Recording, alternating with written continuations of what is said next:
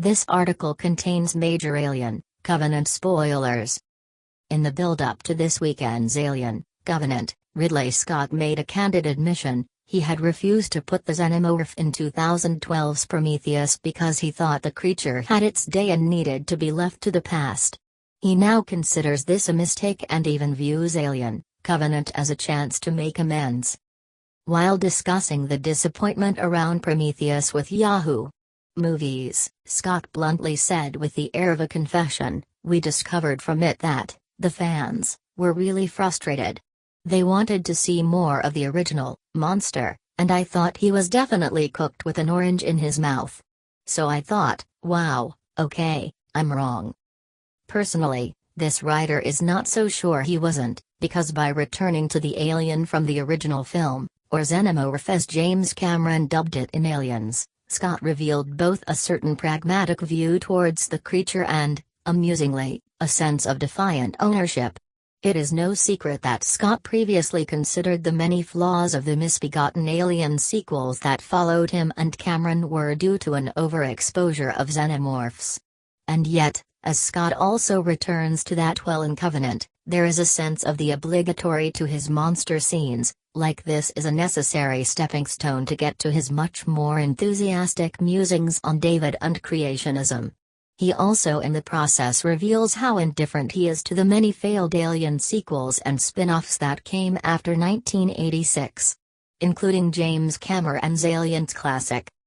In truth, Alien Covenant somewhat retcons every non-Scott directed Alien movie out of mythology, and doesn't exactly fit like a glove even with the 1979 original and Prometheus. It seems as with playing God on screen, being a movie-making progenitor is also a messy business. No queen, no problem.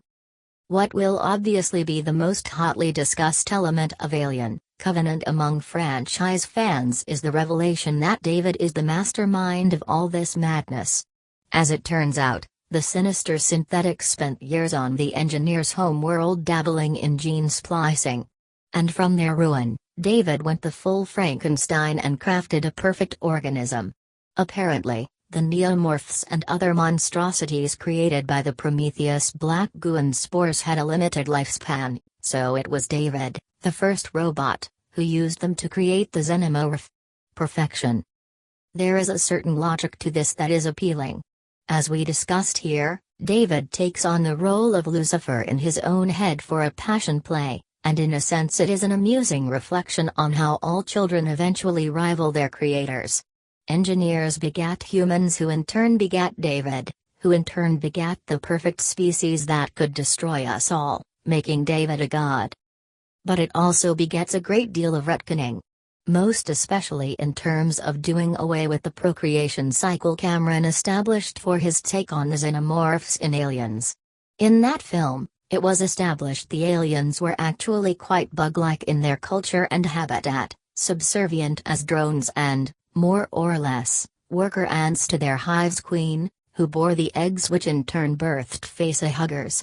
This never quite lined up perfectly with Ridley Scott's Alien, as those eggs seemed to be an ominous cargo belonging to the long-deceased space jockey, which somewhat lines up with Prometheus engineers and biological weapons. Also in the extended director's cut of that movie, which wasn't released until 2003, the solitary alien that never acted much like a bug or drone was revealed to be turning some of its victims into eggs. See related. Alien Covenant ending explained. Alien Covenant review. The life cycle and birthing process of the titular alien in its first movie is intentionally confusing and unknowable, a Lovecraftian nightmare that to learn the answer of would lead you to the same fate as Captain Dallas, a lovable blue-collar Joe now caught between humanity and grotesque egg form. Given that these details were not in the theatrical version of the 1979 film, it made Cameron's wrinkles easy to accept in 1986. But apparently not to Ridley Scott since the Queen appears permanently removed from the lore of Alien Covenant. Intriguingly, not unlike the recent video game Alien Isolation, a love letter to Scott's film that also ignores much of Cameron's mythology. In Covenant, David is able to make these eggs from an implied laboratory, and they do not create queens. Like the original Alien, they create the perfect organism that one suspects David considers alone in its purity. A return to perfection.